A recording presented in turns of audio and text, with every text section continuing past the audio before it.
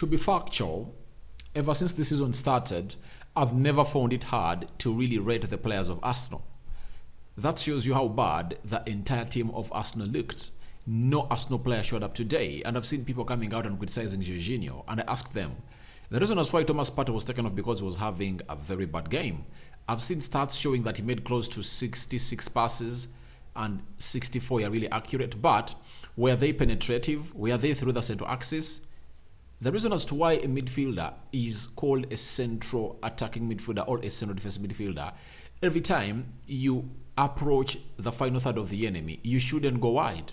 You have to find a pass through the central axis, and he never found any. So I believe Arsenal fans don't use Jorginho as a scapegoat because he came in through and played only 30 minutes. Remember, Thomas Partey was there for 60 minutes. What did he do? What did he do? He did nothing. So let us admit and let's accept that things never went the way they're supposed to go. And to win a trophy, you are not supposed to win every game, but you're supposed to win most of your games. Arsenal today has gone ahead to lose their second game in the season. 2 draws, 6 points dropped, 6 points dropped in losses, 4 dropped in draws. That is Arsenal for you. Rokani David is my name. Rokani Media Football is the YouTube channel. Smash the like button, comment and share. If at all you're watching us for the very first time, lower right bottom corner, that's the place to be. Smash the black button that has the word subscribe. After smashing it, hit the notification bell that whenever you get notified every time we upload a video onto this channel. Now, Arsenal is still on top of the Premier League table, and I know Arsenal fans are really blowing their pinky finger to see that tomorrow Man City loses. But we will be here to let you know what the result is going to be. And I think by the time the confirmed team news is out, we will be ready to come here and really let you know about what teams are really going to face one another, because it's really going to be a very huge game that everyone will be wanting to see. The entire world is going to be watching it, even we who support Manchester United, because today we've won. If Spurs happens to beat Man City, we benefit. That's it. It's not only Arsenal that benefits, because Man City is at 45. United has won today. It's at 42 points. That means if Man City beats sorry about that. If Man City is beaten by Spurs, it will be at 45 at 21 games, and United will be at 42. Point difference of 3. So it shows you that we also benefit and Arsenal also benefit. So I think Arsenal fans and Manchester United fans are wishing Spurs to beat Man City. It's possible because in the previous 4 games they've played away for the previous 4 years, Man City have always been beaten. And when you look at what happened at Etihad this season, Man City found itself 2 goals down by half time, but they came back and scored 4. I don't believe that if at all they are 2 goals down at Etihad, at the Tottenham Hotspur Stadium, they return back. I don't think that they do bounce back. So let's go into the player ratings. Aaron Ramsdale, I think had nothing to do. He had nothing to do. The only shot that I saw that he saved, it was an offside. It was ruled as an offside, but I think had nothing to do. 6 out of 10 for me for Aaron Ramsdale. Let's go to Ben White. I think one of the worst players that ever exited the field of play for Arsenal today. That goal that would be a goal that Calvert-Lewin misses just because he arrived a second late, as Onana lays in that square ball in the mouth of goal. Shows you exactly how Ben White is really dropping off. Is it because he's played very many games? Is it because he's down in form? Mikel Arteta is the best person to let us know, because even against Manchester United, he played 45 minutes and he took him off. Today he had costed Arsenal, and I believe he even stayed on the pitch for a very, very long time. Tomiyasu would have come in through, I think, at around the 60th minute. Ben White, 5 out of 10. He was below average, very below average, because 6 is average. Beyond 6, that is above average, or that's good. And the other 8, 9, 10, that is excellent. But 5 is bad and poor. So I'm giving Ben White a 5 out of 10. Zinchenko did all what he had to do. Brought in a cross that would have been a goal for Arsenal. Connor Cody sweeps that ball over the line that Bukayo Saka capitalizes onto that Zinchenko cross and goes in for a carrying effort, but it's really cleared off the line by Connor Cody. Looked solid, looked good going forward. His possession was really great, but I think the midfield lacked the killer instinct. That pass from Odegaard, that pass from Partey or Xhaka was really lacking. That's why everything never really went in as Arteta wanted it. Because they had the lion's share of the possession, Zinchenko did what he had to do, but nothing went his way. I'm giving him a 6.5 out of 10, according to me. Then let's go to the central defenders. Saliba, sloppy. On that occasion that Dokore heads that ball, you are marking your man and then he runs away from you and Dokore gets a free header in the 6 yards area of the box of Arsenal. If it didn't go way wide off the goal area, I think that would have been the chance that Arsenal would have considered. Secondly, because the first one would have come in from that Onana, is it a cutback? I think it's a cutback that Calvert-Lewin fails to really hit back into the back of the net, and that Dokore goal would have been a result of a poor marking of Saliba.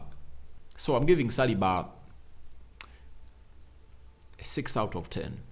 Gabriel Magalhaes too, 6 out of 10, because they concede from a set piece. But their marking was horrible, because you can't tell me that. Is it Todosky, that guy who scores against Arsenal, very energetic, and you leave him for Odegaard? That was really a very big mess. Those defenders are supposed to be marked by these people, because Calvert-Lewin, if at all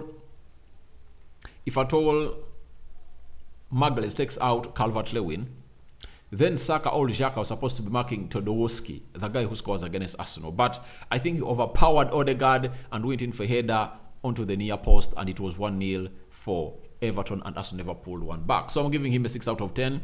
To Thomas Partey, Thomas Partey today, I think he has played his worst game in an Arsenal shirt ever since the season started. When the world is putting your eyes at you, they don't expect you to put up a mess. That's what has happened today when United was playing at was hosting Crystal Palace at Old Trafford. Casemiro did something that looked nasty. You get? And everyone really judged him his own way. But I believe a player with such a reputation, such a profile, there are things you don't do. And in such games, Partey has always been referred to as the person that is really great for Arsenal doing things. He has been doing them, but this time round, I never saw Thomas Partey. And I've recognized this ever since the game of Manchester United. Partey, however much Casemiro was away, Partey was a wall. He was nowhere to be seen. The game of Man City, however much he gets out and Arsenal gets beaten, but again, his impact was not felt in the first half. Now, this is the third game that Thomas Partey is really going a wall and missing in action. So, is he being played while he's injured? He was taken off because of a ribs injury. Starts the Everton game eventually, but he doesn't put up a show. That's it. Onana just destroyed Partey every time he found him. You saw it. Every time he found him, he destroyed him. So it shows you that Arteta had a choice to make to take him off the field of play. And I'm giving Thomas Partey 6 out of 10. He was average. Saka, Bukayo. Saka.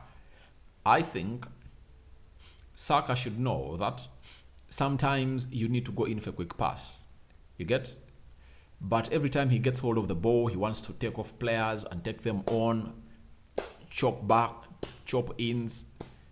A cross is always something that should come in fast, or releasing that ball. Because if you do that quick passing, you break down that bus being packed by Everton at their backline. You break it. But every time you take an extra touch and you don't go for the easy pass, you help them to reorganize themselves and strengthen their wall. That's what happened. So Saka, 6.5 out of 10. I'll really give him that because he played in Nketiah. If Nketiah was not selfish, he would have gone for a cutback to find Odegaard or Xhaka or Martinelli, I think in the first half. Secondly, he went in for that carrying effort after doing justice to that cross brought in by Zinchenko in the 18 box in the first half. So that puts him at a 6.5 for me. Xhaka, granite, think he's having a silent game. Not all that the Xhaka we've known. And games like these happen in a season. It was going to happen at Leeds, but the penalty was really taken off and Arsenal had already scored. A game like this was going to happen at Southampton, but the good thing is that Arsenal scored in the opening minutes of the game, and then Everton leveled later. But in the previous 3 situations when Arsenal played like this, they won away from home. This time round, they didn't. So, Xhaka, I'm giving Xhaka a 6 out of 10. He was average. Let's go to Martin Odegaard. Had one of the chances in the second half. I think it was, is it Trossard? Is it Nketiah who feeds him in and goes in for an effort that was way beyond the post of the goal? He was not all that industrious. I've known him for being a player who really looks for pockets of space and really finds a pass for the final man leading the front line of Arsenal, who was the focal point for the team, Nketiah. But even Nketiah just got, I think, one chance. The rest of the chances were not coming, meaning that Everton closed down Arsenal a lot, and that was due to the product of the Arsenal midfield not going in for quick passes, because that gave them a chance to go up back and reorganize themselves. So I'm giving Odegaard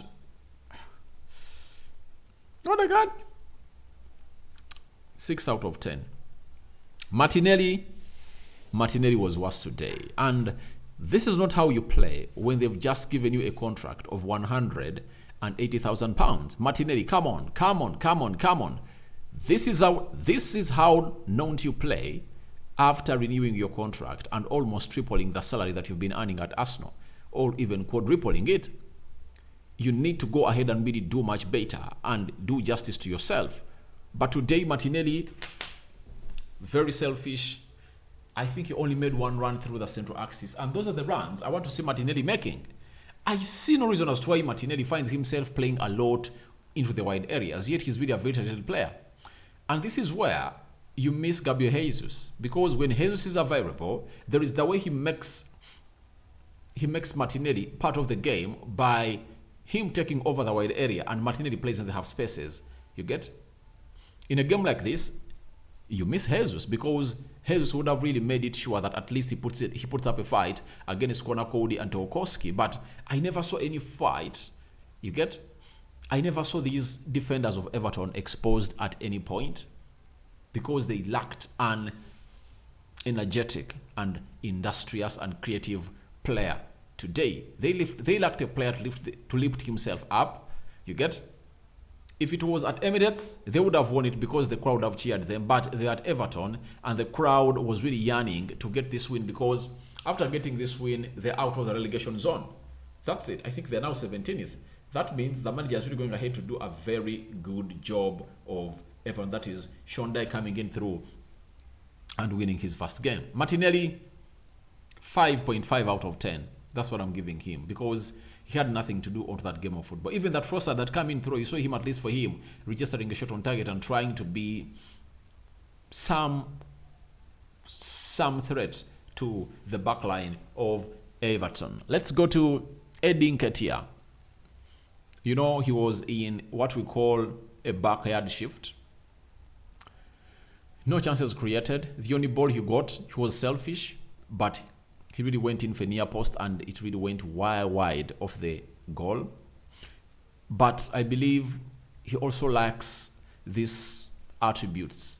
He also lacks one attribute. He also lacks one of the attributes that Jesus really holds, of running deep, getting that ball, and obviously being part of the team. Leading the press, tries to run around, but it shows you that you are missing a player called Gabriel Jesus. Then Those that came in through Trossard came in for Martinelli. I'm giving him a 6.5 out of 10 for me, because he came on and at least you saw that he's trying to build a spark for Arsenal when he was really playing in that game. That is Trossard for you.